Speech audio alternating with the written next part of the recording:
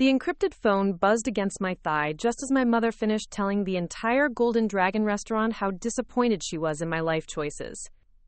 The sound was so faint, so specific, that only I could hear it through the fabric of my jacket. My blood turned to ice water. That phone wasn't supposed to exist. Officially, it didn't exist. And it certainly wasn't supposed to ring during my Uncle David's memorial dinner, while my family spent the evening cataloging my failures for anyone within earshot. Before we jump back in, tell us where you're tuning in from, and if this story touches you, make sure you're subscribed, because tomorrow, I've saved something extra special for you. I sat frozen at the round table, chopsticks halfway to my mouth, as my sister Michelle laughed that practiced laugh she'd perfected since law school. I mean, Sarah does IT support for some government office, she said, her voice dripping with condescension. It's not exactly saving the world, is it? My father nodded gravely, adjusting his glasses. We keep hoping she'll come to her senses and join the family firm. Chen Associates could use someone with her computer skills, even if she lacks the business acumen Michelle has. The phone buzzed again. Twice in 30 seconds meant immediate extraction. 3 times meant national security threat. I had never, in 8 years of working for the agency, heard it buzz 3 times. It buzzed a 3rd time. My mother's voice seemed to come from underwater as she continued her monologue about my shortcomings. Sarah's always been our wild card. Never quite fit in with what we built here. We love her, of course. But she's made such peculiar choices. I excused myself quietly, slipping toward the restaurant's back corridor where the restrooms were located. My hands trembled as I pulled out the phone, a device that looked like an ordinary smartphone but contained more classified technology than most military installations. The screen showed a single message. Nightfall Protocol, Director Walsh, Priority Alpha.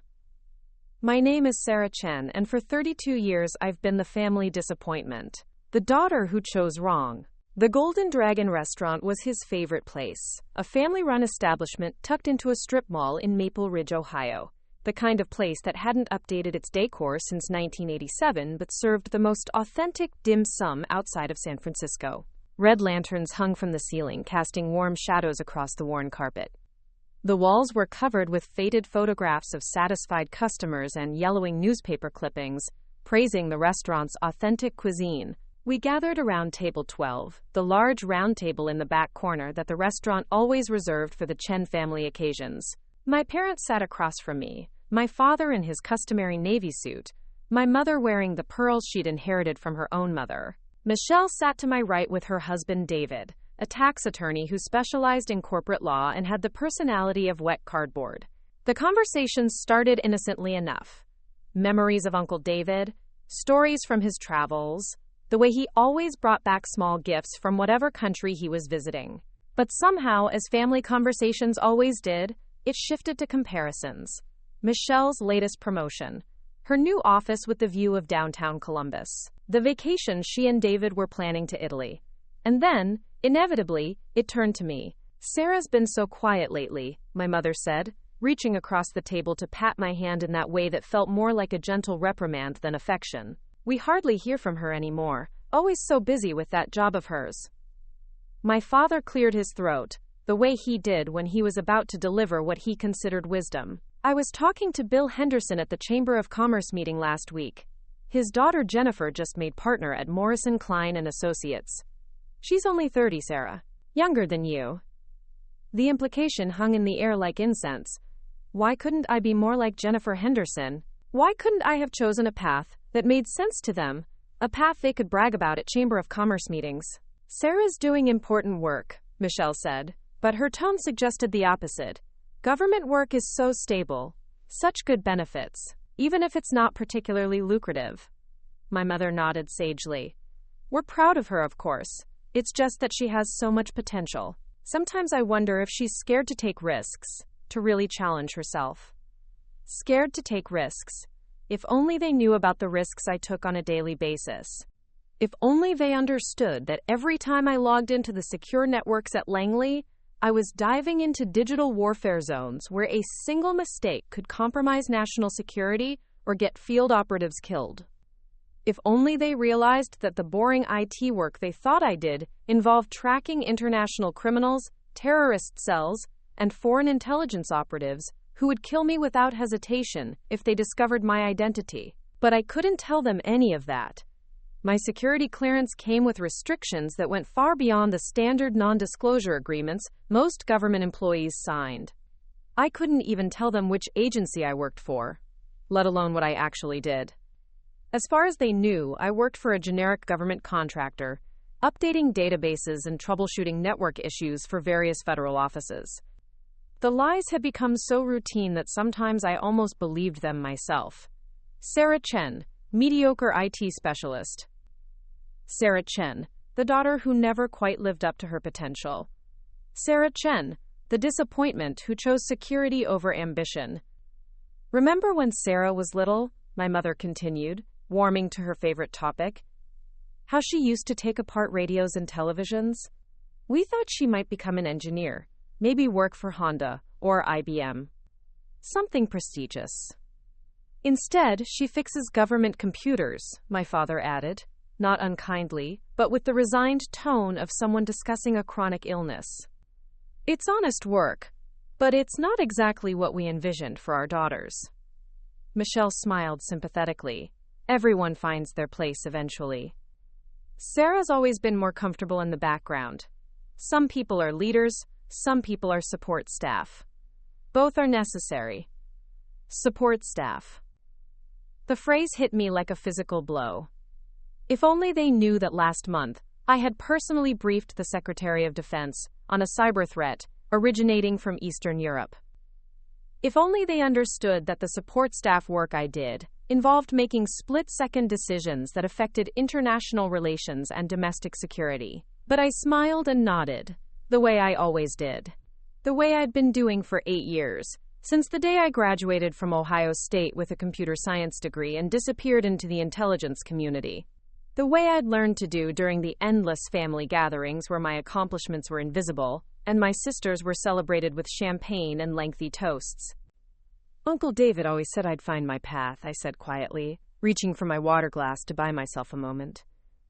He used to tell me that some paths are harder to see from the outside. My father's expression softened slightly. Uncle David had been his younger brother, the adventurous one who joined the State Department instead of the family business. The one who never married, never had children, but sent postcards from exotic locations and brought interesting stories to family gatherings. David was a dreamer, my father said, but his tone was fond. He saw potential everywhere, even when it wasn't practical. He would have been proud of you, Sarah, no matter what you chose to do. The words were meant to be comforting, but they stung. Uncle David had been proud of me, not despite my choices, but because of them. He had been the only person who asked thoughtful questions about my work, who seemed to understand that there might be more to my story than what appeared on the surface. During our last conversation, just 2 weeks before his heart attack, he had looked at me with those sharp blue eyes and said, "The most important work is often the most invisible work, Sarah. Don't let anyone convince you otherwise." At the time, I thought he was just being supportive, giving me the kind of encouragement that loving uncles give to nieces who seem to be floundering. Now I wondered if he had known more than he let on. Uncle David had spent 3 decades in the State Department, working in embassies around the world. He would have understood the reality of classified work, the burden of carrying secrets, the isolation that came with living a double life. As the evening progressed, the conversation drifted to other topics. Michelle's upcoming vacation, my parents' plans to expand the accounting firm, neighborhood gossip from Maple Ridge. I participated when expected, laughed at the appropriate moments, asked polite questions about people I barely remembered from high school. But part of my mind was elsewhere, thinking about the secure briefing I'd attended that morning at Langley. Intelligence suggesting that a state-sponsored hacking group was preparing to target American financial institutions. Encrypted communications we'd intercepted that indicated a possible attack on critical infrastructure. The kind of threats that kept me awake at night, not because I was afraid, but because I understood the consequences if we failed to stop them. My phone sat silent in my jacket pocket, but I was acutely aware of its presence. The encrypted phone was my lifeline to a world my family couldn't imagine. A world where Sarah Chen wasn't a disappointment, but a crucial component in the machinery that kept the country safe. "Sarah, you're so quiet tonight," Michelle said, drawing me back to the conversation. "Everything okay?" I forced a smile. "Just thinking about Uncle David. These family dinners aren't the same without him." My mother reached across the table and squeezed my hand. "He's here with us in spirit, and he would want us to take care of each other, to support each other even when we don't always understand the choices we make." The irony wasn't lost on me. They thought they were supporting me, but their version of support felt like being slowly buried under layers of disappointment and gentle corrections. They loved me, I knew that. But they loved the version of me they wanted me to be, not the person I actually was. As we waited for dessert, my father began telling stories about Uncle David's travels, the letters he used to send from various postings around the world. Stories about diplomatic receptions and cultural exchanges, about the careful work of building relationships between nations. "David understood that the most important work happens behind the scenes," my father said, his voice taking on the reflective tone he used when talking about his brother. "Diplomacy isn't glamorous, but it prevents wars. It keeps the peace." Preparing and narrating this story took us a lot of time, so if you are enjoying it, subscribe to our channel. It means a lot to us. Now back to the story. I almost laughed at the irony. If only he knew that his own daughter was working behind the scenes in ways that Uncle David would have understood perfectly. If only he realized that the unglamorous government work he dismissed was part of the same ecosystem that had given Uncle David purpose and meaning. But the secret sat locked behind my security clearance, behind years of training in compartmentalization and operational security. The Sarah Chen who sat at the Golden Dragon restaurant was a carefully constructed cover identity, as real and as false as any legend created for a deep cover operative. The real Sarah Chen was someone my family would never meet. The Sarah Chen who had learned 6 programming languages before her 25th birthday. Who had spent 18 months tracking a Chinese intelligence network through the dark web. Who had testified before congressional committees in closed sessions, providing technical expertise that shaped national cybersecurity policy. That Sarah Chen lived in the shadows, protected by classifications and clearances, and the kind of official secrecy that made normal relationships nearly impossible. She existed in secure facilities and encrypted communications, in briefing rooms where the windows were covered and cell phones were locked in metal boxes before meetings began. But here, at the Golden Dragon restaurant, surrounded by red lanterns and the comfortable chatter of families enjoying their evening meals, I was just Sarah. The disappointment. The daughter who had chosen the safe path over the ambitious one. The woman who would never quite live up to the Chen family legacy. And then the phone buzzed against my thigh. And everything changed. The bathroom at the Golden Dragon restaurant wasn't designed for classified conversations. The walls were thin, decorated with cheap floral wallpaper that had probably been there since the Clinton administration. But I didn't have a choice. Director Walsh's voice crackled through the encrypted line, sharp and urgent. "Chen, we have a situation. How quickly can you get to a secure location?" I pressed the phone closer to my ear, keeping my voice barely above a whisper.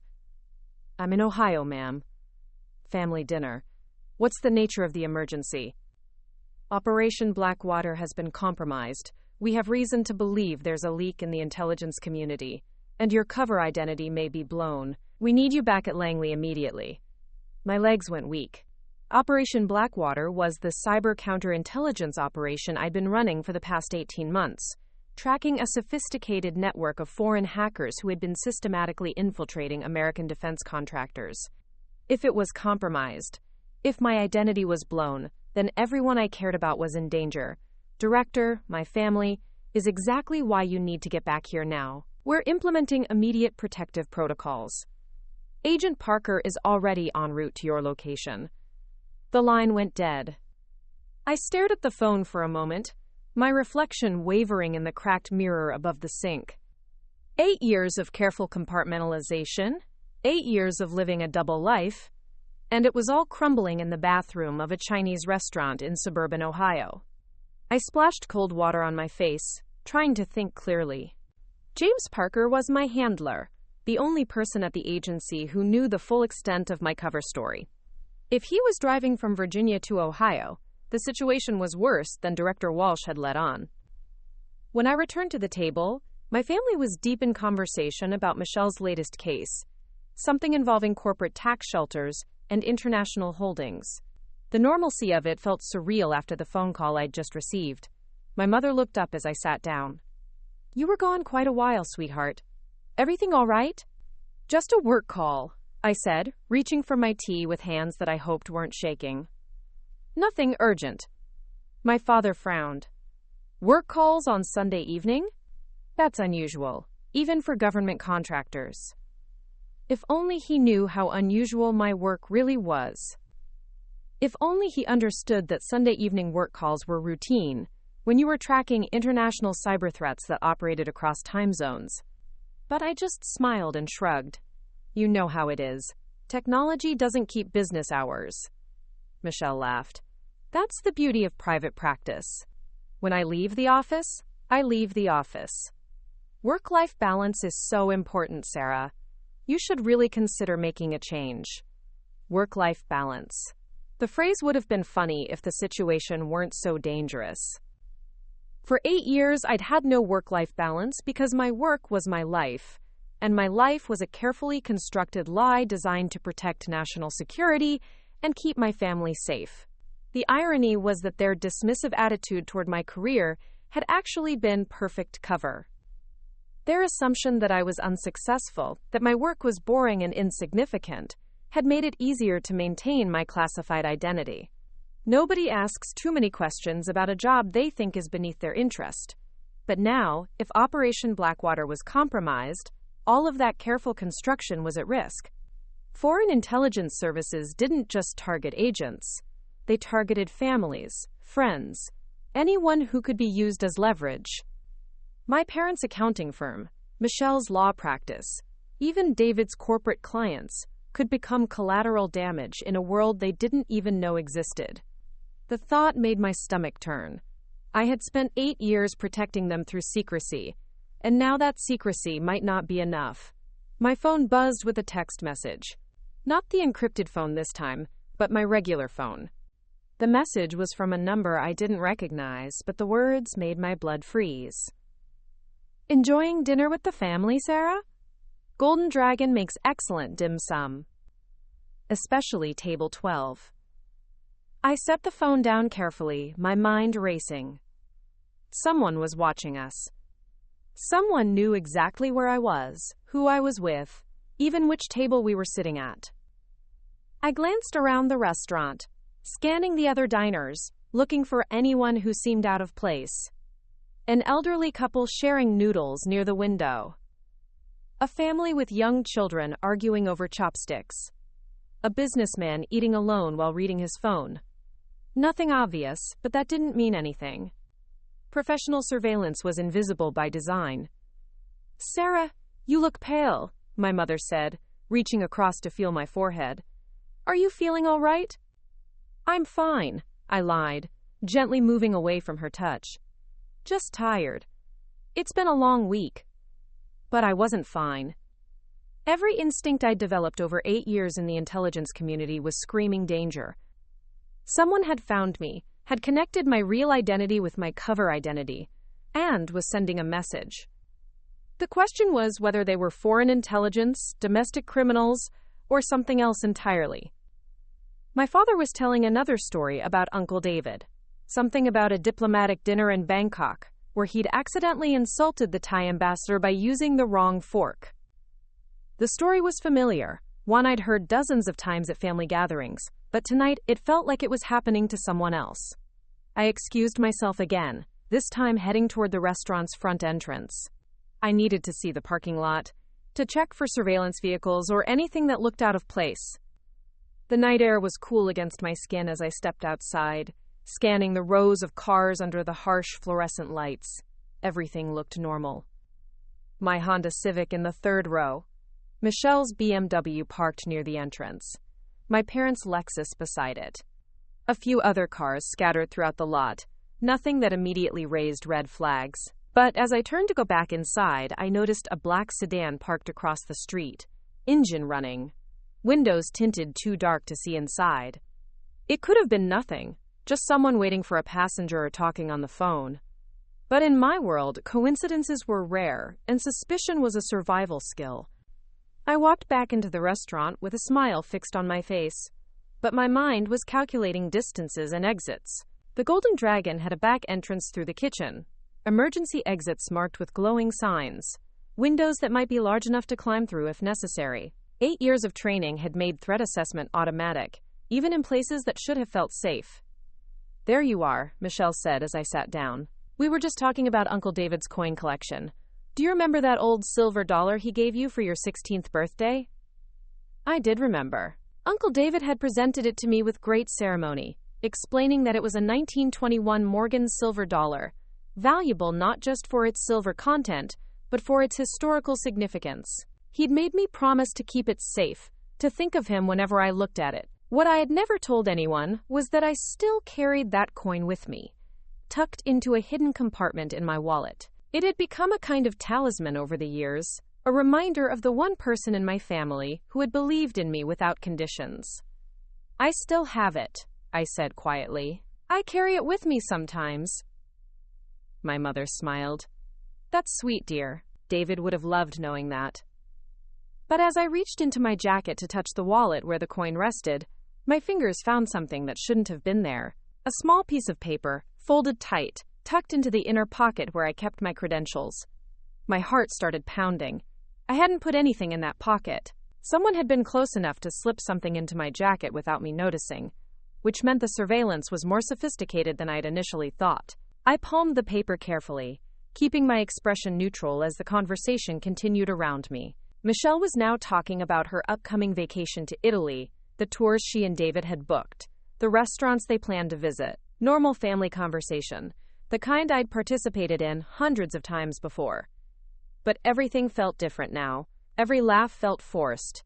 Every smile felt like a mask. The paper in my hand was burning like a coal, demanding to be read, but I couldn't risk opening it at the table. The waiter appeared with dessert, traditional almond cookies and fresh fruit.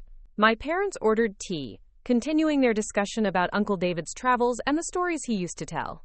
I participated when expected, nodded at appropriate moments, but part of my attention was focused on the paper hidden in my palm. "Sarah's been so quiet tonight," my father observed, stirring sugar into his tea. "More quiet than usual, even." "She's always been introspective," my mother replied, the way she always did when my father pointed out something about my behavior. Some people process things internally. Introspective. It was her polite way of saying I was antisocial, that I didn't engage with the family the way Michelle did. But tonight, my quiet observation wasn't antisocial behavior. It was operational awareness. I was scanning the restaurant, monitoring the other diners, tracking the movements of the waitstaff, all while maintaining the appearance of normal family interaction. The businessman eating alone had ordered multiple courses, but he'd barely touched his food. He kept checking his phone, but his attention seemed focused on our table rather than his screen. That could mean something, or it could mean nothing. Paranoia was an occupational hazard in my line of work. "I think I should head home soon," I said, checking my watch. "Early morning tomorrow." "On a Monday?" Michelle asked. "What kind of IT emergency happens on Monday morning?" If only she knew that cyber threats didn't follow business hours, that international hackers didn't respect American work schedules. "System maintenance," I said, falling back on the boring technical explanation that usually ended questions. "Routine updates, but they have to be done during off-peak hours." My father nodded approvingly. "Responsibility is important, even in unglamorous work." Uncle David always said that dedication to duty was what separated successful people from mediocre ones. Quote, "Dedication to duty." Uncle David would have understood better than anyone what dedication to duty really meant when your duty involved protecting national security. He had spent 30 years in diplomatic service, navigating the complex world of international relations where every conversation was potentially consequential. As we waited for the check, I finally managed to unfold the paper in my palm, keeping it hidden beneath the table. The message was short, printed in block letters. Your uncle knew. The silver dollar contains more than silver. Trust Parker. Midnight extraction. My blood turned to ice. Uncle David had known about my real job, and somehow he had hidden something in the silver dollar he'd given me years ago. The same silver dollar I'd been carrying as a sentimental keepsake was apparently some kind of intelligence asset. Everything I thought I knew about my relationship with Uncle David suddenly shifted. He hadn't just been the supportive uncle who believed in me despite my family's disappointment. He had been someone who understood exactly what I was doing, who had perhaps even been involved in ways I'd never suspected. The State Department posting in Bangkok, the diplomatic dinner stories, the mysterious gifts from far-off countries. What if Uncle David's career had been more than just traditional diplomacy? What if he had been involved in the same shadowy world where I now lived? Sarah, you look like you've seen a ghost, Michelle said, studying my face with the sharp attention that made her a successful attorney. Are you sure you're feeling all right? I'm fine, I said, but my voice sounded hollow even to my own ears. Just processing some work stuff. My mother reached across the table and squeezed my hand. You work too hard, sweetheart. You need to find more balance in your life. Maybe think about dating again, or taking up a hobby that doesn't involve computers. Dating. The suggestion would have been laughable if the situation weren't so serious. How could I explain that dating was nearly impossible when you lived under a false identity? When you couldn't tell potential partners what you did for a living, where you worked, or even which city you actually lived in most of the time? My father paid the check with his usual methodical attention to the receipt, calculating the tip precisely to 15%. Normal family behavior, the kind of routine that had shaped my childhood and adolescence. But tonight, even these familiar rituals felt like they belonged to someone else's life. As we gathered our coats and prepared to leave, I scanned the restaurant one more time. The businessman had finished his meal and was already gone. The elderly couple was still sharing dessert. The family with children was arguing about fortune cookies. Everything looked normal, but the paper in my pocket and the text message on my phone told a different story. Someone had been watching, waiting, planning. The comfortable predictability of family dinner had been an illusion, a moment of false normalcy in a situation that was rapidly spinning out of control. We walked toward the parking lot together, my parents discussing their plans for the week, Michelle checking her phone for messages from her husband. Normal family conversation, but I was hyper-aware of every shadow, every car that seemed out of place, every person who might be observing us.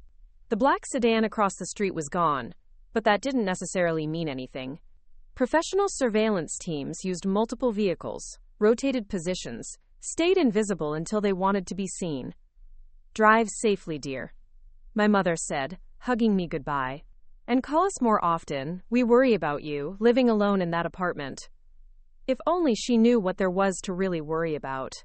If only she understood that the greatest threat to my safety wasn't living alone in Arlington, but the fact that my carefully constructed double life was apparently falling apart. Michelle hugged me next, her embrace brief and efficient. Take care of yourself, Sarah. And think about what we talked about earlier. There are other opportunities out there if you're willing to take some risks. Risks. The word followed me as I walked to my car, as I checked the back seat and underneath the chassis before getting in. Michelle thought I was risk-averse, playing it safe with a boring government job. She had no idea that I took risks every day that would terrify most people, that my entire career was built on calculated risks in situations where the margin for error was measured in lives. I sat in my car for a moment before starting the engine, studying the silver dollar that I'd pulled from my wallet. It looked exactly as it always had, worn smooth by decades of handling, the date 1921 still visible despite the wear, Lady Liberty's profile elegant in the dim light from the parking lot. But now I was seeing it with different eyes. Uncle David had given it to me with unusual ceremony, had made me promise to keep it safe, to think of him whenever I looked at it. At the time, I'd thought it was just sentimentality, an old man sharing a piece of history with his niece. Now I realized it might have been something else entirely. A message. A key. A piece of intelligence hidden in plain sight. The kind of tradecraft that turned ordinary objects into extraordinary tools. As I drove through the familiar streets of Maple Ridge, past the houses where I'd grown up, past the high school where I'd first discovered my love of computer programming. I tried to reconcile the two versions of Uncle David in my mind. The storytelling diplomat who brought exotic gifts and fascinating tales from far-off places, and the intelligence professional who had somehow known about my classified work and hidden secrets in silver coins. The drive back to Arlington would take 4 hours, assuming normal traffic conditions. But nothing about this situation was normal, and I had no idea what I would find when I got there. The message had mentioned midnight extraction, which meant I had less than 3 hours to figure out what Uncle David had hidden, why Operation Blackwater had been compromised, and how to protect my family from a threat they didn't even know existed. My phone buzzed with another text message, this one from the same unknown number, Highway 33 South, Silver Diner at Route 42. Come alone. I glanced in my rearview mirror, checking for vehicles that might be following me. The road was mostly empty, just a few other cars scattered across the lanes, their headlights cutting through the darkness. But somewhere out there, people were watching, planning, maneuvering pieces on a chessboard where I was apparently one of the key players. For 8 years, I had lived in 2 worlds simultaneously, keeping them carefully separated, protecting one from the other. Tonight, those worlds were colliding, and I wasn't sure either one would survive the impact. The silver dollar felt warm in my palm as I drove through the Ohio countryside, carrying secrets I was only beginning to understand. Uncle David had known who I really was, had somehow prepared for this moment, had left me tools and allies I was just discovering. But he had also left me with questions that might be more dangerous than answers, and a family who deserved protection from a war they had never chosen to fight. The road stretched out ahead of me, leading toward whatever came next, toward answers that might change everything I thought I knew about my life, my work, and the uncle who had believed in me when no one else did. Behind me, the lights of Maple Ridge disappeared into darkness, taking with them the last vestiges of the simple life I had never really lived, the ordinary existence that had always been nothing more than an elaborate cover story. Ahead lay the real world, where Sarah Chen wasn't a disappointing daughter with a boring job, but an intelligence operative whose cover had been blown, and whose family was now in danger because of secrets hidden in silver coins and choices made by an uncle who had taken his most important stories to the grave. The Silver Diner sat at the intersection of 2 rural highways, like something from a 1950s postcard, all chrome trim and neon signs advertising coffee and pie. At 11:30 on a Sunday night, it should have been nearly empty, but I counted 6 cars in the parking lot and could see figures moving behind the glowing windows. I sat in my car for several minutes, studying the scene, looking for anything that might indicate a trap. The text message had said to come alone, but in my experience, when intelligence operatives said come alone, they usually meant come without backup, you can see. Agent Parker's black SUV was parked at the far end of the lot, recognizable by the specialized antenna array that marked it as a government vehicle to anyone who knew what to look for. That was reassuring, at least. If this was a trap, it was an elaborate one that involved compromising my handler. The silver dollar felt heavy in my pocket as I walked across the gravel parking lot, my footsteps crunching in the quiet night air. Through the diner's windows, I could see Parker sitting in a corner booth, his back to the wall, eyes scanning the room with the casual alertness that marked him as law enforcement or military. The bell above the door chimed as I entered, and Parker looked up, nodding almost imperceptibly. He was a tall man in his 40s, with graying hair and the kind of weathered face that suggested years of outdoor work, though I knew his background was actually in computer forensics and digital surveillance. "Coffee?" the waitress asked as I slid into the booth across from Parker. She was probably in her 60s, with steel gray hair and the efficient manner of someone who had been pouring coffee for truckers and shift workers for decades. "Please," I said, though I doubted I'd be able to drink it. My stomach was churning with adrenaline and uncertainty. Parker waited until the waitress was out of earshot before speaking. "Tell me about the coin," he said quietly. I pulled the silver dollar from my pocket and set it on the formica table between us. Under the harsh fluorescent lights of the diner, it looked even more ordinary than usual, just a worn piece of silver with no obvious secrets. "Uncle David gave it to me for my 16th birthday," I said. "Told me it was valuable, made me promise to keep it safe." I've been carrying it ever since, but I never really examined it closely. Parker reached into his jacket and pulled out a small magnifying glass and a penlight. May I? I nodded, watching as he examined the coin carefully, running the light across its surface at different angles. After several minutes, he smiled grimly. Your uncle was old school, he said. Look here, along the edge. See these tiny scratches? They're not random wear patterns. They're micro-engraving, probably done with a laser etcher. The kind of work that requires specialized equipment and a very steady hand. I leaned closer, squinting at the areas he was indicating. Now that I knew what to look for, I could see that some of the scratches did seem to follow patterns, tiny lines that might be letters or numbers, if viewed at the right magnification. What does it say? I asked. I'll need better equipment to read it completely, but I can make out some of it. Coordinates, I think. And what looks like a reference to Operation Starlight. Operation Starlight. The name meant nothing to me, but Parker's expression suggested it was significant. Your uncle was involved in more than diplomatic protocol, Parker continued. State Department, yes, but attached to intelligence services. He worked some of the same networks we're dealing with now, back in the 80s and 90s. Before cyber warfare was even a real concept. The pieces were starting to fit together, forming a picture I had never imagined. Uncle David hadn't just been supportive of my career choice. He had paved the way for it, had perhaps even recommended me for recruitment without my knowledge. The coordinates, I said. Where do they lead? That's what we need to find out. But first, we need to talk about Operation Blackwater and why it's been compromised. Parker reached into his briefcase and pulled out a tablet, its screen displaying what looked like intelligence reports and network diagrams. The hacking group you've been tracking for 18 months isn't just stealing defense contractor data. They're mapping our entire cyber intelligence infrastructure, learning who our operatives are, where they work, how they operate. How much do they know about me? Enough to send you text messages at your family dinner. Enough to know you carry your uncle's coin. Which means they've been watching you for months, maybe longer. The coffee tasted like ash in my mouth.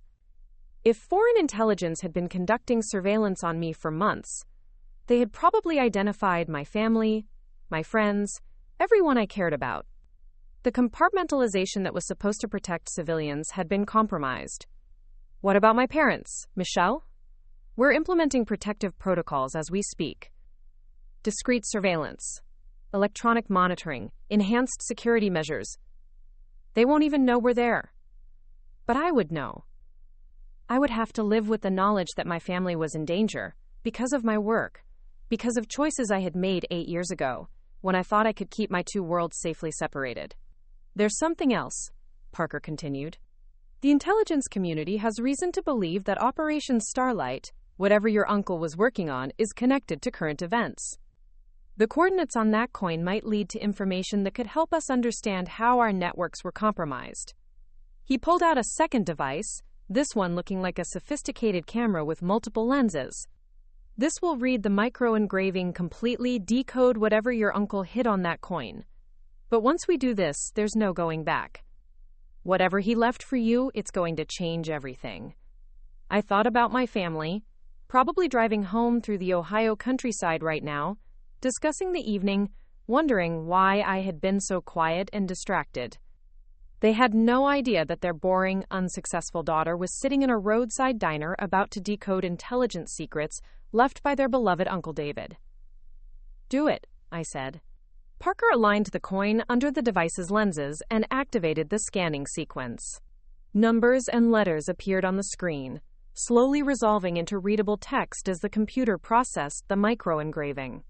The coordinates led to a location in West Virginia, a rural area that I recognized from topographical maps as mountainous and largely uninhabited. But it was the other information that made my heart race.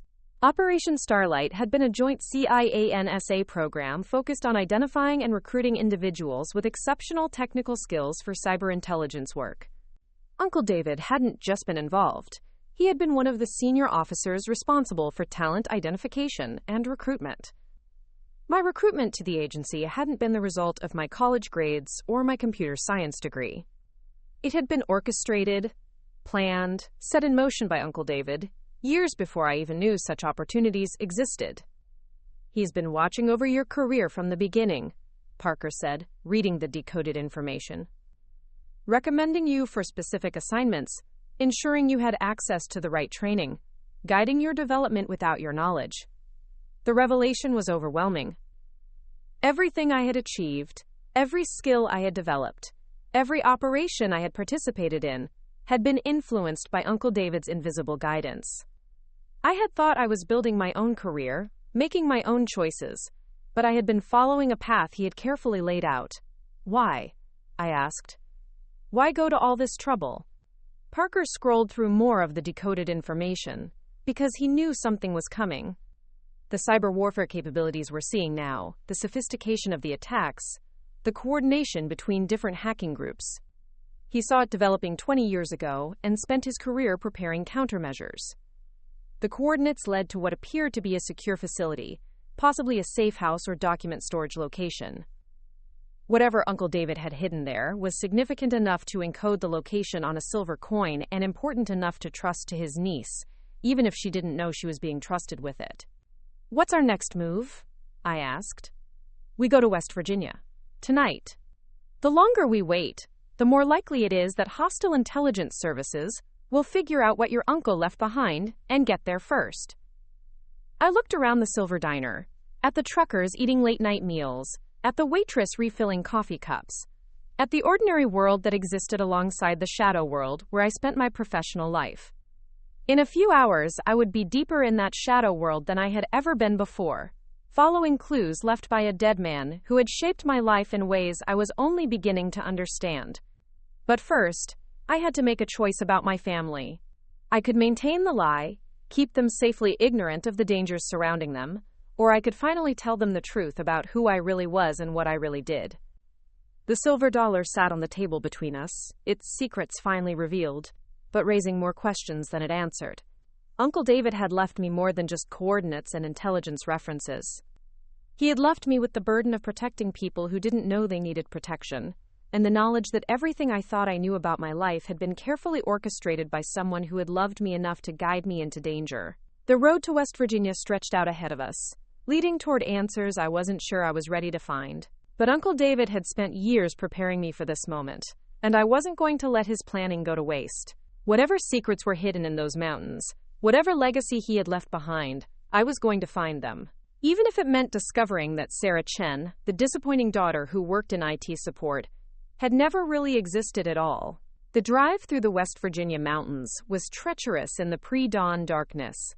Winding roads that twisted through dense forest with no guardrails and precious few streetlights. Parker drove while I navigated using the GPS coordinates decoded from Uncle David's coin, cross-referencing them with topographical maps on my secured tablet.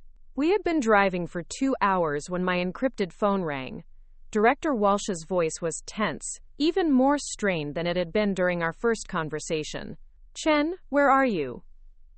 Following the coordinates from the coin, ma'am, we're approximately 30 minutes from the target location. We have a problem. Our signal's intelligence has intercepted communications, suggesting that a foreign team is also en route to those coordinates. You may not be the only ones looking for whatever your uncle left behind. My stomach dropped. The idea that Uncle David's final message was important enough to draw international attention made this mission exponentially more dangerous. Parker glanced at me, reading my expression even in the dim light from the dashboard. What's our tactical situation? I asked. Unknown hostiles, unknown numbers, unknown capabilities. We have a backup team, approximately 40 minutes behind your position, but you may need to proceed without support. The phone went dead, leaving us alone with the sound of tires on asphalt and the weight of what we were walking into.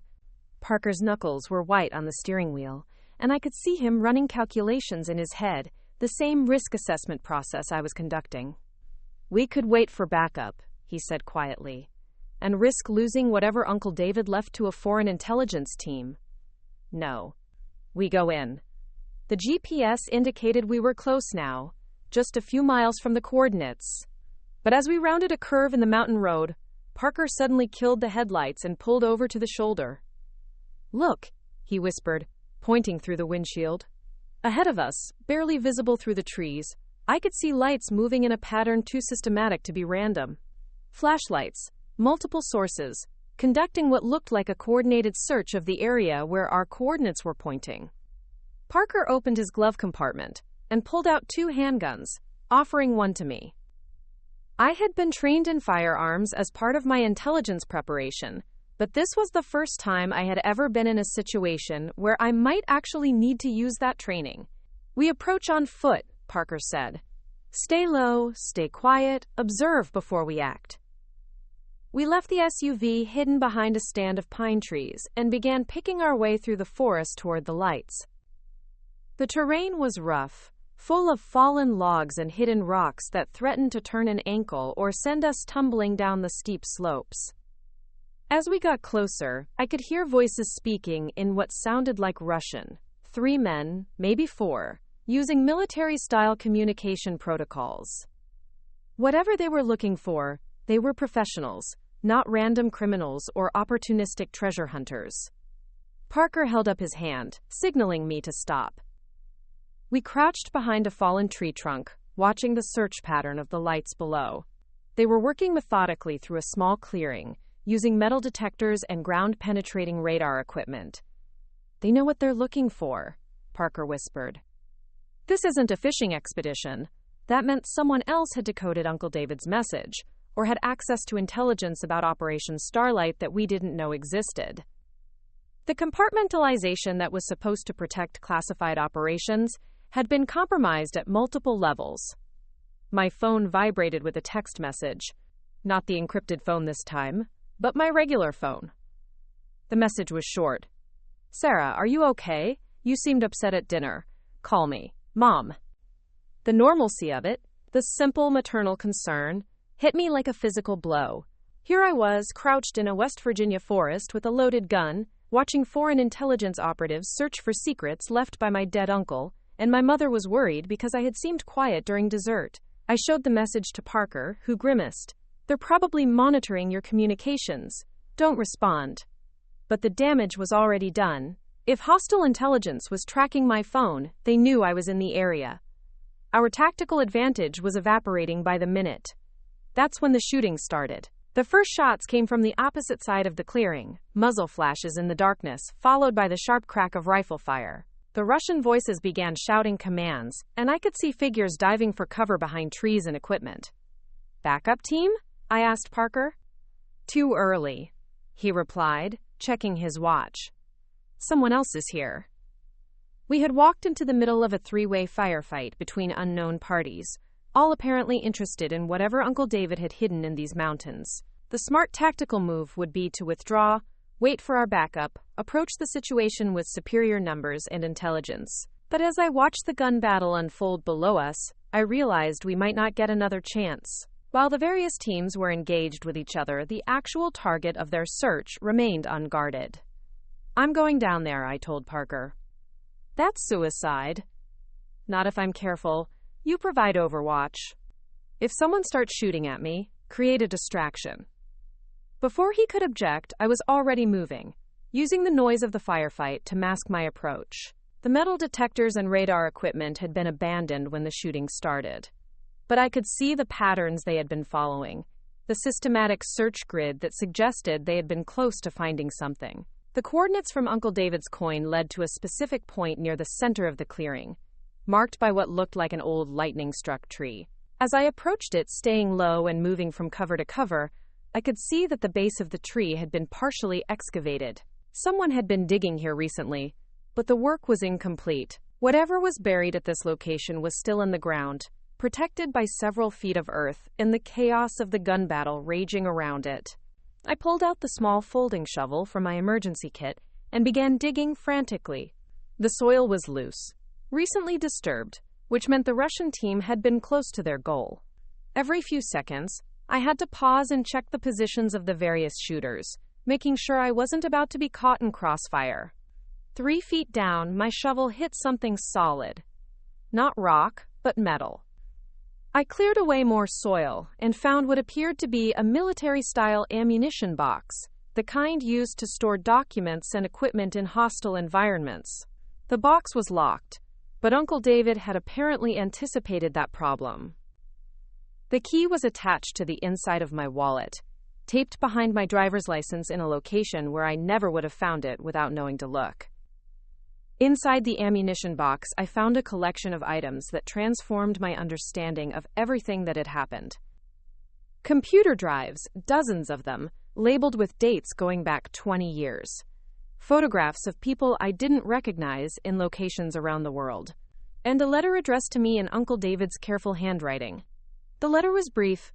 "Sarah, if you're reading this, then Operation Starlight has been compromised and you're in more danger than you know.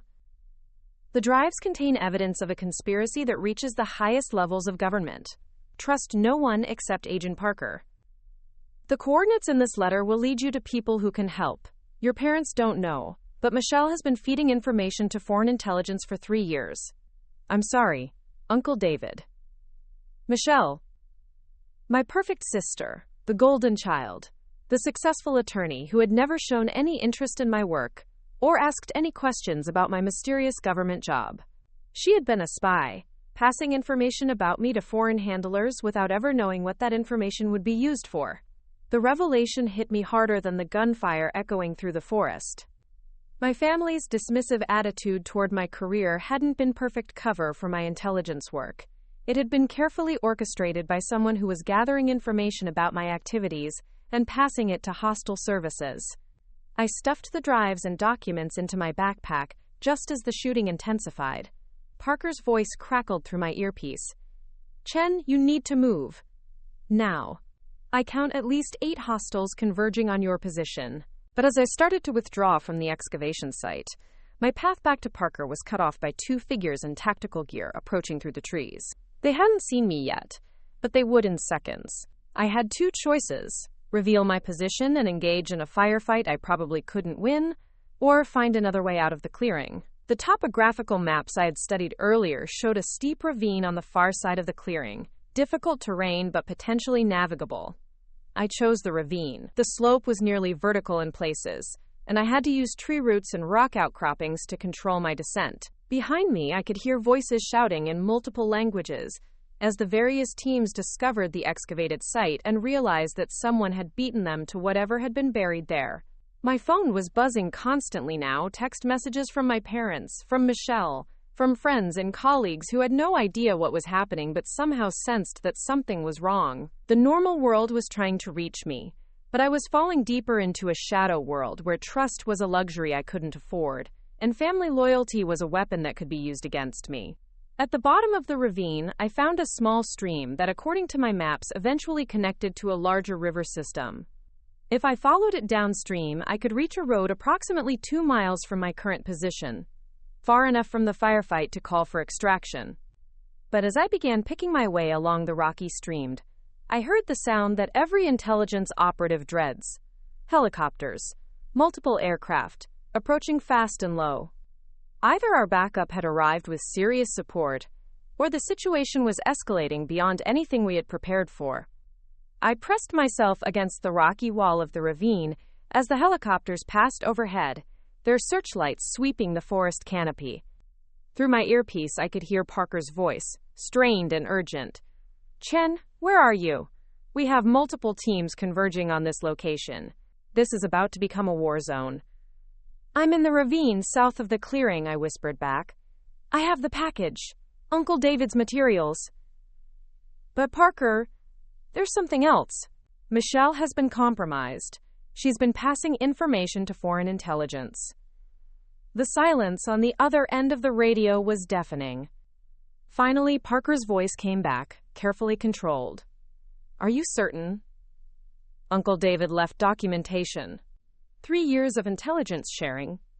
She may not even know what she was doing, but she's the source of the leak. That changed everything. If Michelle had been unknowingly feeding information about me to foreign handlers, then my family wasn't just at risk from collateral damage. They were active participants in an intelligence operation, whether they knew it or not." As I continued downstream, staying low and moving carefully over the slippery rocks, I tried to process the implications. Every family dinner, every casual question about my work, every seemingly innocent inquiry about my schedule or travel plans, had potentially been intelligence gathering. My parents' disappointment in my career choices hadn't been genuine parental concern. It had been influenced by Michelle's subtle suggestions, her carefully planted doubts about the value of government work, her encouragement for me to pursue more lucrative and visible career paths. The perfect sister, the golden child who could do no wrong, had been manipulating my family's perceptions to serve intelligence objectives she probably didn't even understand. My encrypted phone rang, Director Walsh's voice cutting through the static. "Chen, what's your status?"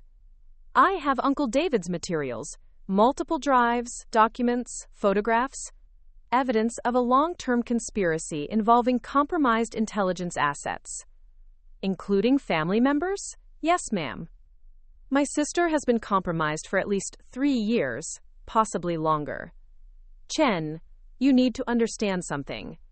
This operation is now classified at the highest levels. Whatever your uncle left behind, it's significant enough that we have multiple foreign intelligence services actively hunting for it. You're not just protecting national security anymore. You're protecting information that could destabilize international relationships." The weight of that responsibility settled on my shoulders like a physical burden. I had gone from being a relatively junior intelligence analyst to carrying information that could affect global politics, all because my uncle had trusted me with a silver coin and a family dinner had gone wrong. "What are my orders, ma'am?" "Get to the extraction point. We'll have a team waiting at the coordinates I'm sending to your GPS. And Chen, when this is over, we're going to need to have a serious conversation about your family's security clearances." The stream eventually led me to a dirt road that wound through the mountains toward a small town called Cedar Falls. According to my GPS, the extraction point was a helicopter landing zone approximately 5 miles further down the road. But as I began walking along the roadside, staying in the tree line to avoid being seen, I heard vehicles approaching from behind. Multiple engines, traveling fast, without headlights. I dove into the underbrush just as 3 black SUVs raced past, heading in the same direction I was traveling. The vehicles had government plates, but that didn't necessarily mean they were friendly. In the intelligence community, identification was often a matter of careful deception. My earpiece crackled with Parker's voice. "Chen, be advised, we have reports of multiple teams claiming to be federal agents operating in your area. Authentication protocols are compromised. Trust no one who doesn't know the code phrase." "What's the code phrase?" "Silver dollars and starlight." Uncle David, even from beyond the grave, was still protecting me, still providing the tools I needed to navigate a world where nothing was certain except uncertainty. I continued through the forest parallel to the road, checking my GPS constantly and listening for the sound of helicopters that would indicate the extraction team was approaching. The computer drives in my backpack felt like they weighed 100 pounds, not because of their physical weight, but because of the information they contained. Whatever Uncle David had discovered during his years in intelligence service, whatever conspiracy he had uncovered, it was significant enough to trigger an international incident. Multiple foreign intelligence services were willing to risk armed confrontation on American soil to prevent that information from reaching the proper authorities. And at the center of it all was my family, innocent people who had been manipulated and used without their knowledge, whose simple desire to see their daughter succeed had been twisted into an intelligence operation that put everyone they loved at risk. The extraction point was a small clearing in the mountains, barely large enough for a helicopter to land safely. As I approached it, I could see lights in the sky, aircraft approaching from the direction of Langley. But I could also see ground teams moving through the forest, multiple groups converging on the landing zone from different directions. Some might be friendly, some might be hostile, and in the darkness and confusion, it would be impossible to tell the difference until it was too late. I keyed my radio. "Parker, are you monitoring the extraction site?" "Affirmative. We count at least 4 different teams in the area. This is going to be complicated." Complicated was an understatement.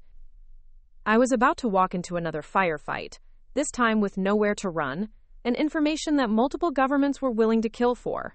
The helicopter was touching down now, its rotors whipping the trees and sending debris flying through the air. I could see figures moving toward the landing zone from multiple directions, and I had seconds to decide which team was really there to extract me and which teams were there to prevent that extraction from happening.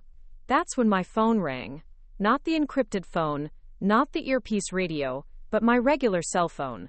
The number was Michelle's. "Sarah, where are you?" My sister's voice was panicked, desperate. "Mom and Dad are scared.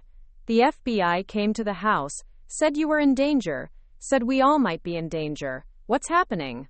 I looked at the helicopter, at the armed figures moving through the forest, at the chaos that my quiet life had become in the space of a few hours. "Michelle," I said quietly, "I need you to listen very carefully. I need you to tell me about the man who's been asking you questions about me.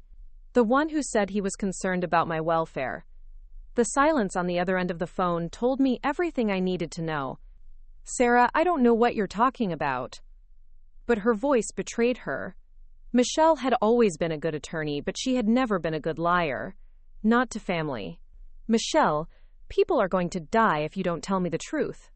Right now, who have you been talking to about my work?" There was a man.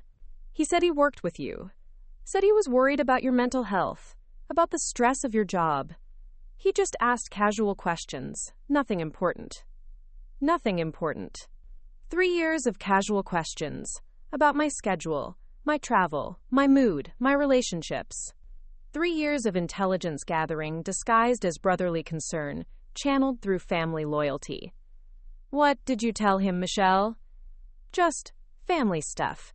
When you seemed stressed, when you were traveling, when you seemed happy or sad. "Sarah, I thought I was helping." He said he cared about you. The helicopter was on the ground now, and I could see figures in tactical gear moving toward my position. Some were advancing cautiously, professionally. Others were moving with the aggressive posture of people preparing for combat. "Michelle, listen to me. That man was not my colleague. He was using you to gather intelligence about me, and that intelligence has put our entire family in danger." "That's impossible. Sarah, you work in IT support. What kind of intelligence could there be?" Even now, even with armed teams converging on a helicopter extraction in the West Virginia mountains, Michelle couldn't conceive that her boring sister might be involved in anything more significant than database maintenance.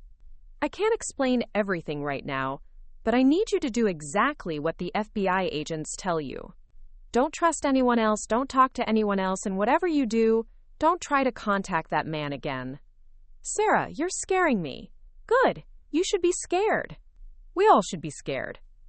I ended the call and looked at the scene unfolding in front of me. Multiple armed teams, at least one helicopter, intelligence assets from several different agencies or nations, all focused on the information I was carrying in a backpack through the forest. This was no longer about protecting my cover or maintaining operational security. This was about preventing an intelligence disaster that could affect national security policy for decades. I keyed my radio one final time. "Parker? I'm approaching the extraction point. Authentication code is silver dollars and starlight." "Received, Chen. Be advised we have positive identification on at least 2 hostile teams. Rules of engagement are weapons-free." Weapons-free. That meant anyone who threatened the extraction would be considered an enemy combatant, regardless of what uniform they wore or what credentials they carried. I stepped out of the tree line and began walking toward the helicopter, the computer drives weighing heavy in my backpack, and Uncle David's final message burning in my memory. Whatever happened next, whatever the cost, the information he had died protecting was going to reach the people who needed to see it. Even if it meant that Sarah Chen, the disappointing daughter with the boring government job, would finally have to tell her family who she really was and what she really did in the shadows where ordinary people never looked. The helicopter's rotors were deafening as I approached the landing zone, but the sound couldn't drown out the chaos erupting around me. Muzzle flashes lit up the forest like deadly fireflies, and I could hear commands being shouted in at least 3 different languages. The extraction that was supposed to be a simple pickup had turned into a full-scale battle. Agent Parker's voice crackled through my earpiece over the rotor noise. "Chen, abort approach. We have confirmed hostiles moving on the LZ from multiple vectors. But aborting wasn't an option. The information in my backpack was too valuable, too dangerous to let fall into the wrong hands. Uncle David had spent years gathering evidence of a conspiracy that reached into the highest levels of government, and Michelle's unwitting cooperation with foreign intelligence was just the tip of an iceberg that could sink careers and compromise national security for decades. I keyed my radio. Negative on abort. I'm coming in. The helicopter crew was professional, maintaining position despite the gunfire, but I could see the pilot's tension in the way he gripped the controls. This wasn't a routine extraction anymore. It was a combat operation, and civilian aircraft weren't designed for sustained combat. As I sprinted across the clearing toward the helicopter, staying low to avoid both rotor wash and incoming fire, I saw something that made my blood freeze. One of the tactical teams approaching the landing zone was wearing familiar gear, using familiar hand signals, moving with the disciplined precision I recognized from my own training. They were American Special Operations, but they weren't there to help with the extraction. They were there to prevent it. The realization hit me like a physical blow. The conspiracy Uncle David had uncovered wasn't just about foreign intelligence penetration of American assets. It was about American intelligence officials working with foreign services, about betrayal at levels so high that even our own special operations teams had been turned against us. I dove behind a fallen log, just as automatic weapons fire erupted from the tree line. The American team was shooting at the helicopter, trying to disable it before I could reach it. But they weren't trying to kill me. They were trying to capture me alive, along with whatever intelligence I was carrying. That meant someone very senior wanted Uncle David's evidence to disappear quietly, without the messy publicity that would come from killing a CIA analyst in a firefight. They wanted the information and the person who had found it to simply vanish into the classified world where inconvenient truths went to die. My encrypted phone buzzed with an incoming call. Director Walsh's voice was tight with controlled fury. Chen, we have a problem. Operation Starlight wasn't just compromised from the outside. We have confirmed intelligence that indicates penetration at the deputy director level. Quote, the deputy director, one of the most senior officials in the entire intelligence community, someone with access to operations, personnel files, and classified programs spanning decades. If that position had been compromised, then every agent, every operation, every piece of classified intelligence was potentially at risk. Ma'am, what are my orders? Get to the helicopter. Get that intelligence back to Langley. And Chen, trust no one once you're back. The penetration is deeper than we initially assessed. The line went dead, leaving me alone with the sound of gunfire and the weight of information that was apparently worth killing American Special Operations personnel to protect. I looked at the helicopter, still maintaining position despite the hostile fire, and made a decision that would change everything. Instead of running directly toward the aircraft, I began moving laterally around the landing zone, using the chaos and darkness to mask my approach. The various hostile teams were focused on the helicopter, assuming I would take the direct route to extraction. But 8 years of intelligence training had taught me that the obvious approach was usually the wrong approach, especially when people were shooting at you. I circled around behind the American Special Operations team, using terrain features and forest cover to stay hidden. They were professionals, but they were focused on preventing the extraction, not on protecting their own flanks from a single analyst carrying a backpack. That was their mistake. The team leader was crouched behind a tree, coordinating the attack on the helicopter through his radio headset. I could hear fragments of his conversation, enough to understand that they had orders to capture me alive and secure whatever intelligence I was carrying. But I also heard something else, something that made my heart race. The voice on the other end of his radio was familiar, a voice I had heard in briefings and congressional hearings, a voice that belonged to someone I had trusted with classified information for years. Deputy Director Harrison, a man I had personally briefed on cyber threats, a man who had access to every operation I had ever worked on, every asset I had ever developed, every intelligence source I had ever cultivated. He wasn't just compromised. He was actively directing operations against American intelligence personnel. He was the reason Operation Blackwater had been blown, the reason foreign intelligence services knew about Uncle David's hidden materials, the reason my family was in danger. I pulled out my phone and began recording as the team leader continued his radio conversation with Harrison. If I didn't survive the next few minutes, At least there would be evidence of the betrayal, proof that the conspiracy reached the very top of the intelligence community. Package is in sight, the team leader reported. Target is female, mid-30s, carrying a backpack. Orders are to secure alive for interrogation. Harrison's voice crackled back. Affirmative. We need to know what Chen found in those mountains, and we need to know who else has access to that information. The operation is too important to let one analyst compromise decades of work. Decades of work. This wasn't a recent penetration by foreign intelligence.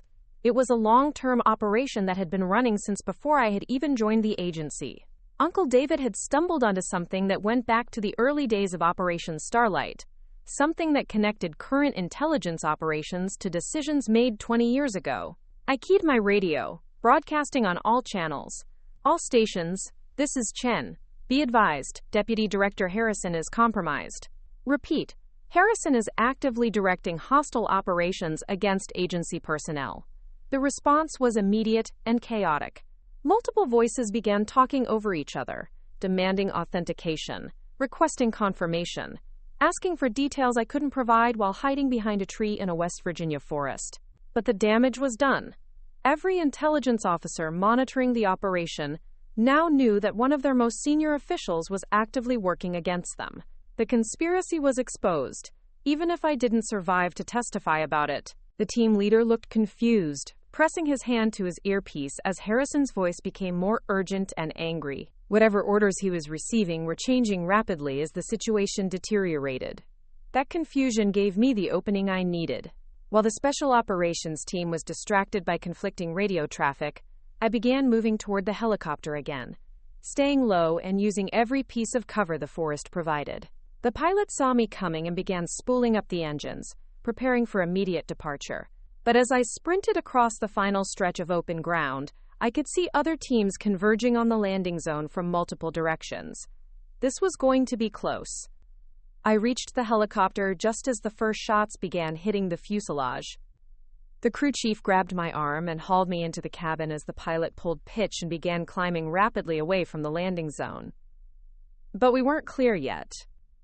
Through the open door, I could see muzzle flashes tracking our flight path, and I could hear the distinctive sound of bullets striking metal. The helicopter shuddered and began vibrating in a way that suggested we had taken damage to critical systems. Engine temperature is climbing, the pilot reported over the intercom. We may not make it back to base. I looked out at the West Virginia mountains stretching endlessly in all directions, thinking about emergency landing procedures and survival protocols, and the likelihood that hostile teams would track our flight path, even if we managed to land safely. But mostly I was thinking about my family, probably sitting in their living room in Maple Ridge right now, surrounded by FBI agents, trying to understand how their boring daughter had somehow become the center of an international intelligence crisis. My phone rang. Michelle's number again. Sarah, the FBI agents are asking us questions about people we've never heard of, places we've never been. They're asking about Uncle David, about things he might have told us, about gifts he might have given us. What is happening? I could hear the fear in her voice, the confusion of someone whose entire worldview was being systematically dismantled by federal agents asking questions she couldn't answer. Michelle, I need you to tell the FBI agents everything about the man who was asking questions about me, every detail you can remember. His name, his appearance, when and where you met him, what he asked about. Sarah, I'm scared. They're talking about witness protection, about moving us to safe houses. They say people might try to hurt us because of something you found. Through the helicopter's windscreen, I could see lights approaching from the direction we had come. Military aircraft, flying fast and low, on an intercept course with our damaged helicopter. Michelle, whatever happens, whatever you hear about me in the news or from the government, I need you to know something. Everything I've done, every choice I've made has been to protect people like you and Mom and Dad. People who deserve to live in safety without worrying about threats they can't see. Sarah, you're talking like you're saying goodbye. The pilot's voice cut through the intercom. Incoming aircraft. Military configuration. They're trying to force us down. I looked at the computer drives in my backpack, at Uncle David's final message, at the evidence of a conspiracy that reached the highest levels of government. If those aircraft forced us down, if Harrison's people captured me, the information would disappear forever, and the conspiracy would continue. But if I could get the information to the right people, if I could expose the network that had been operating inside American intelligence for decades, then maybe the sacrifices would mean something. Michelle, I love you. Tell Mom and Dad I love them.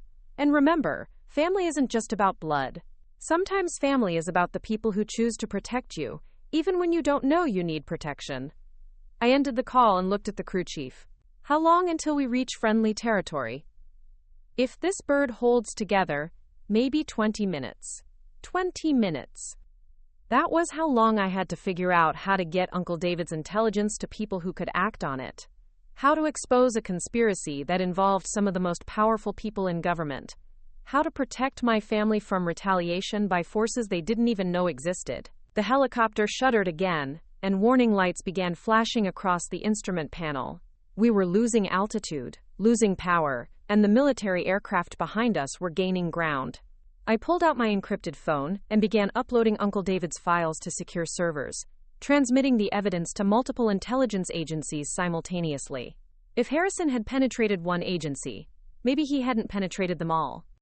If I could scatter the information widely enough, quickly enough, someone would be able to act on it. The upload progress bar moved agonizingly slowly as the helicopter continued to lose altitude. 50%. 60%. The military aircraft were close enough now that I could see their running lights through the cabin window. 70%. 80%. The pilot's voice was calm but urgent. We're going down. Prepare for emergency landing. 90%. 95%. The upload completed, just as the helicopter touched down hard in a small mountain clearing, the damaged engine finally giving up with a grinding shriek of metal on metal. Through the sudden silence, I could hear the sound of approaching aircraft, vehicles on the ground, people moving through the forest toward our position. The forces that had been hunting Uncle David's intelligence for 20 years were about to converge on a damaged helicopter in the middle of nowhere. But the information was safe now, scattered across secure networks, in the hands of people who could expose the conspiracy and protect innocent lives. Whatever happened to me in the next few minutes, Uncle David's final mission was complete. I climbed out of the helicopter and began walking toward the tree line, not running, not hiding, but moving with the dignity of someone who had accomplished what she set out to do. Behind me I could hear helicopters landing, vehicles arriving, people shouting commands in multiple languages. The shadow world where I had lived for 8 years was colliding with itself. American intelligence fighting American intelligence, while foreign services watched and waited for opportunities to exploit the chaos. But ahead of me, somewhere in the darkness of the West Virginia mountains, was a way forward. Not back to the quiet life of Sarah Chen, the IT specialist, because that person had never really existed. Not back to the family dinners where I sat silently while Michelle basked in parental approval, because that dynamic had been orchestrated by foreign intelligence. Forward to whatever came next for someone who had chosen truth over safety, family over operational security, the right thing over the easy thing. My encrypted phone buzzed with an incoming message from Director Walsh. Chen, uploads received and verified. Evidence is actionable. Harrison is being arrested as we speak. You've done something extraordinary. Extraordinary? The word felt strange applied to my life, to the careful accumulation of skills and knowledge and classified clearances that had led me to this moment in the mountains. But maybe extraordinary wasn't about the dramatic moments, the helicopter extractions and gunfights and conspiracy theories. Maybe extraordinary was about the quiet choice to serve something larger than yourself, to protect people who would never know your name, to carry secrets that couldn't be shared even with the people you loved most. I thought about Uncle David, about the silver coin he had given me, about the careful way he had guided my career without my knowledge. He had been extraordinary in the same quiet way, serving his country in shadows and silence, protecting people who would never know what he had sacrificed for their safety.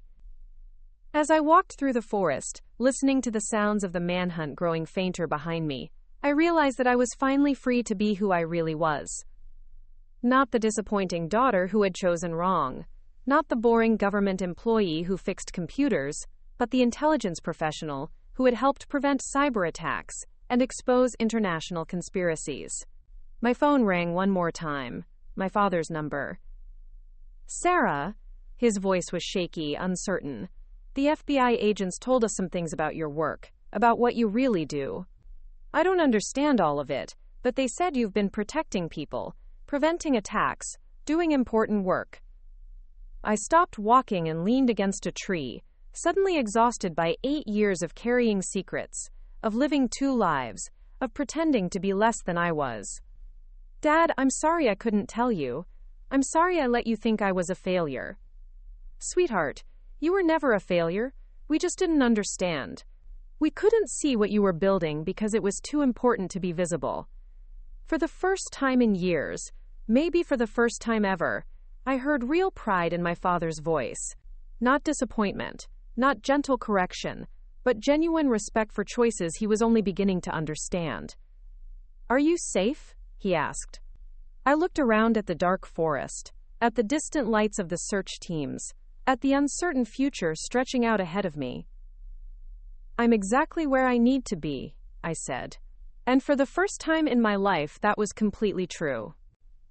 6 months later, I stood in the kitchen of a small farmhouse in rural Virginia, watching the sunrise paint the Blue Ridge Mountains in shades of gold and amber. The house belonged to the CIA's Witness Protection Program, a safe haven for operatives whose covers had been blown and whose lives remained at risk from the networks they had helped expose. The morning routine had become comfortable in its simplicity. Coffee first, then a review of the secure communications that arrived overnight, then an hour of physical training in the barn that had been converted into a gymnasium. No more encrypted phones buzzing during family dinners. No more elaborate cover stories to maintain. No more living 2 separate lives that could never intersect. The Harrison conspiracy had unraveled faster than anyone had anticipated. Once Uncle David's intelligence files were analyzed, investigators discovered a network of compromised officials that stretched across multiple agencies and reached back nearly 2 decades. Harrison himself was facing charges that could result in life imprisonment, and his cooperation was revealing additional layers of penetration that intelligence officials were still working to understand. Michelle had been cleared of any intentional wrongdoing, but the psychological impact of learning she had been manipulated for 3 years was proving harder to resolve than the legal implications. She was in therapy now, working through the guilt and confusion of discovering that her genuine concern for her sister had been weaponized by foreign intelligence services. My parents were struggling too, not with legal issues but with the fundamental rewriting of their understanding of their youngest daughter. The FBI had briefed them on the general nature of my work, explaining that I had been involved in counterintelligence operations that prevented cyber attacks against critical infrastructure. They were proud, but it was the complicated pride of people who realized they had completely misunderstood someone they thought they knew completely.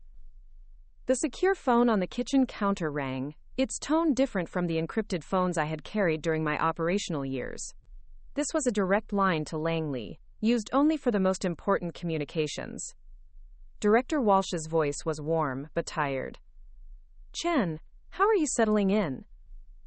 "As well as can be expected, ma'am. The isolation is taking some adjustment, but the security situation seems stable. That's actually why I'm calling. We've had some developments that might interest you." I poured myself a second cup of coffee and settled into the chair by the window where I could watch the long driveway that led to the main road. Situational awareness had become an automatic habit, even in supposedly secure locations. The intelligence community has decided to declassify portions of Operation Starlight, Walsh continued. Obviously, sensitive details will remain classified, but the general framework of what your uncle was working on, and what you helped expose, is going to become public knowledge. That was significant. Declassification meant congressional hearings, media attention, public recognition of operations that had been conducted in complete secrecy for decades. It also meant that my role in exposing the Harrison conspiracy would become part of the public record. What does that mean for my security situation? It means you're going to have choices to make. We can keep you in witness protection indefinitely, maintain your current level of security and isolation. Or we can begin the process of transitioning you back to a more normal life, with appropriate security measures but without the complete separation from society. A more normal life. The phrase sounded strange after 8 years of living undercover, followed by 6 months of complete isolation. I wasn't sure I remembered what normal felt like, or whether I would recognize it if I found it. "There's something else," Walsh said. "We've received a request from the Congressional Intelligence Committee to have you testify in closed session about the Harrison investigation. It would be voluntary, but your testimony could help ensure that the systemic failures that allowed this penetration to occur are properly addressed." Congressional testimony. The thought was both terrifying and appealing. After years of working in shadows, the opportunity to speak truthfully about intelligence operations, even in a classified setting, felt like a form of liberation. "I'll consider it," I said. "Take your time. And Chen, there's one more thing. We've had inquiries from several universities about your potential interest in teaching cybersecurity. Apparently, your work on Operation Blackwater has attracted attention in academic circles, even though the details remain classified." Teaching. The idea had never occurred to me, but it had obvious appeal. The opportunity to share knowledge, to train the next generation of cybersecurity professionals, to work in an environment where intellectual honesty was valued over operational security. After Walsh ended the call, I walked outside onto the farmhouse's front porch, breathing in the clean mountain air and thinking about the choices ahead of me. For the first time in my adult life, I could make decisions based on what I wanted rather than what my cover identity required, or what operational security demanded. My personal phone buzzed with a text message from Michelle. "Sarah, I know you can't tell me where you are, but I wanted you to know that Mom and Dad are doing better. They've been reading everything they can find about cybersecurity and intelligence work. Dad actually bought a book about cyber warfare. I think he's trying to understand your world." The image of my father, the methodical accountant who had spent his career dealing with tax codes and financial regulations, trying to comprehend the complexities of international cyber espionage, was both touching and amusing, but it represented something important. His genuine effort to bridge the gap between the daughter he thought he knew and the woman he was learning to understand. I texted back. "Tell him that understanding isn't as important as acceptance, and tell Mom I think about her pot roast at least once a week." The response came immediately. "She says she'll make you a whole pan when you come home. And Sarah, I'm sorry. I know I said it before, but I need you to know that I understand now how much I didn't understand.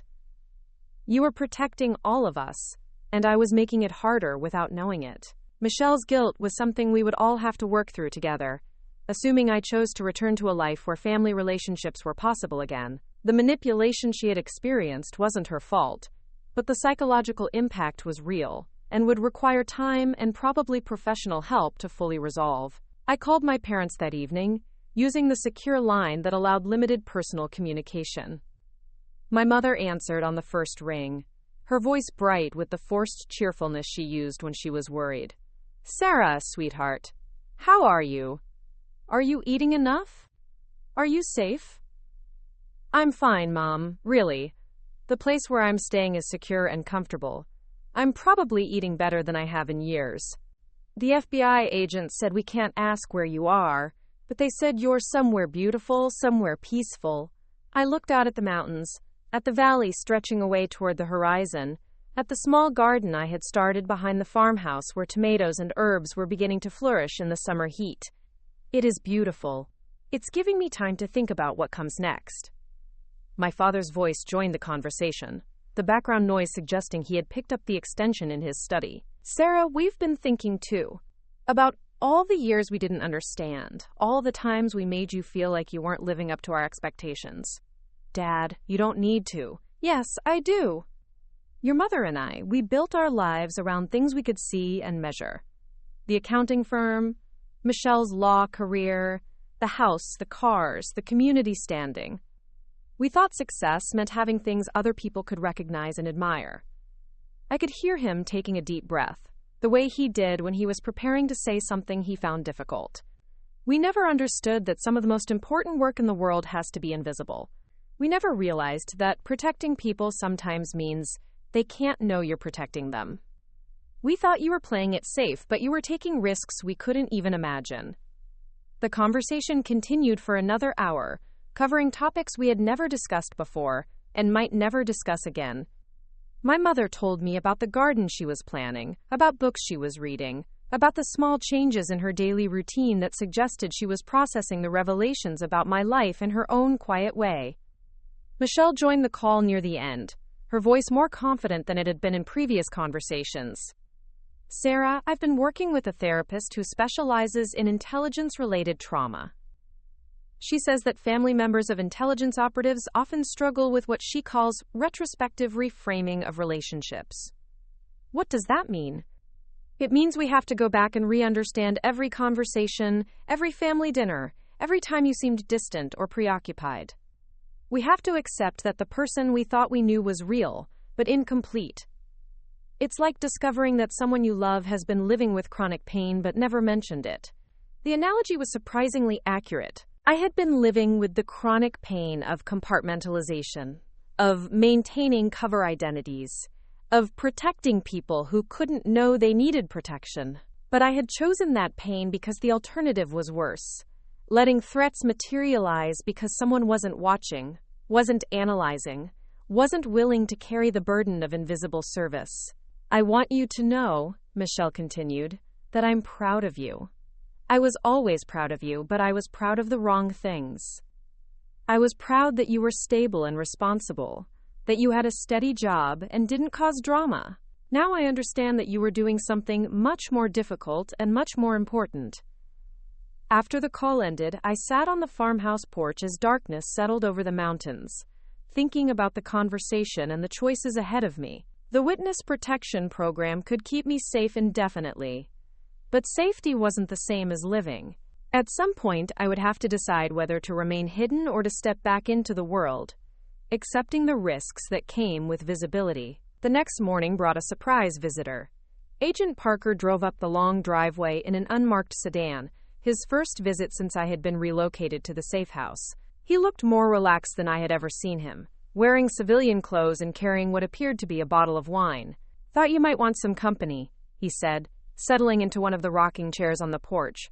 "And some news about how the investigation is progressing." "Good news or bad news?"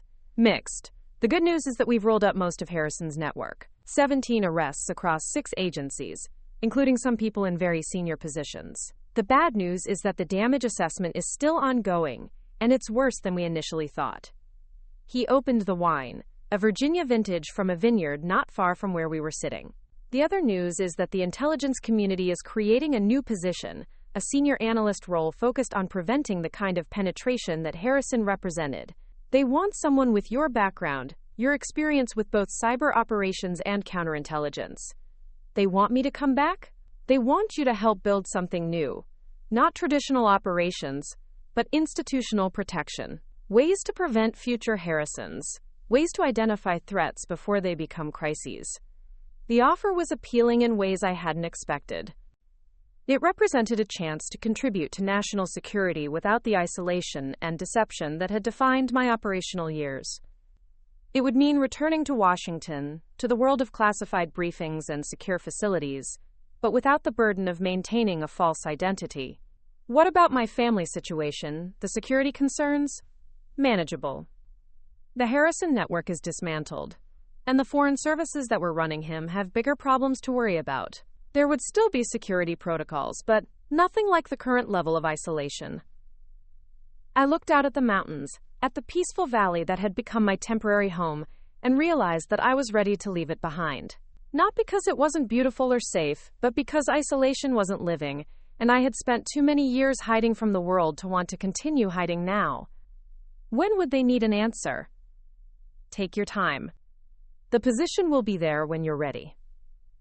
That evening, I called my parents again, this time with news, rather than just reassurance. "I've been offered a new job," I told them. "Still government work, still classified, but different from what I was doing before. More analytical, less operational. Based in Washington, but with normal hours and normal life outside of work." "That sounds wonderful, dear," my mother said. "Will you be able to tell us more about what you're doing?" "Some things, yes. More than I could before, anyway." "And will you be able to come home for visits? For holidays?" I smiled at the question, at the assumption that home was still the house in Maple Ridge where they had raised me, despite everything that had happened. Yes, Mom. I'll be able to come home. 3 weeks later, I stood in Director Walsh's office at Langley, looking out at the Virginia countryside through bulletproof glass, discussing the parameters of my new position and the challenges of rebuilding trust in institutions that had been compromised by decades of penetration. The work won't be glamorous, Walsh warned. Institutional security, personnel vetting, policy analysis. A lot of reading reports and attending meetings. After 8 years of operational work and 6 months of isolation, meetings sound almost exciting. She laughed. Give it a few months. You might change your mind. That weekend, I drove to Maple Ridge for the first time since Uncle David's memorial dinner. The first time as myself, rather than as Sarah Chen, the disappointing daughter with the boring government job. The house looked exactly as I remembered it, but my perspective had changed completely. My parents were waiting on the front porch when I pulled into the driveway, their faces showing a mixture of excitement and uncertainty that suggested they weren't sure how to behave around the daughter they were still learning to understand. But when my mother hugged me, when my father shook my hand with genuine pride, when Michelle arrived with her husband and immediately started asking thoughtful questions about cybersecurity policy, I realized that we were all learning to understand each other in new ways. Over dinner that night, at the same dining room table where I had sat in silence for so many years, the conversation was different. They asked about my work in general terms, respecting the boundaries of classification, while showing genuine interest in the world I inhabited. They told me about changes in their own lives, about how the events of the past year had made them reconsider their own priorities and assumptions. Uncle David would be proud, my father said as we cleared the dishes. He always believed you were meant for important things, even when the rest of us couldn't see it. That night, alone in my childhood bedroom, I pulled out the silver coin that had started everything. Uncle David's final gift, the key to a conspiracy that had taken months to unravel. The tool that had allowed me to expose threats that could have compromised national security for decades. But as I held it in the dim light from the bedside lamp, I realized it represented something more than just intelligence tradecraft. It represented faith. Uncle David's faith that I would find my way to the truth, that I would have the courage to act on that truth, that I would be strong enough to protect the people I loved, even when they couldn't understand what I was protecting them from. I had spent 8 years living 2 lives, protecting my family by keeping them ignorant of the threats around them. But now, finally, I could protect them by being honest with them, by trusting them with as much truth as security would allow, by building a relationship based on who I really was rather than who I pretended to be. The next morning, I drove back to Washington to begin a new chapter in a life that was finally, completely, authentically mine. Behind me, the mountains of Virginia stretched toward the horizon, carrying the memories of months spent in hiding, of choices made in darkness, of a family dinner that had changed everything. Ahead of me lay the challenge of building something new from the wreckage of old assumptions, of preventing future betrayals while healing from past ones, of serving my country in ways that allowed me to also serve the people who mattered most to me. It wasn't the life I had planned when I first joined the intelligence community 8 years ago, but it was the life I had earned, one choice at a time, one secret at a time, one act of courage at a time. And for the first time in my adult life, it was a life I could live without apology, without deception, and without shame. Up next, you've got 2 more standout stories right on your screen. If this one hit the mark, you won't want to pass these up. Just click and check them out.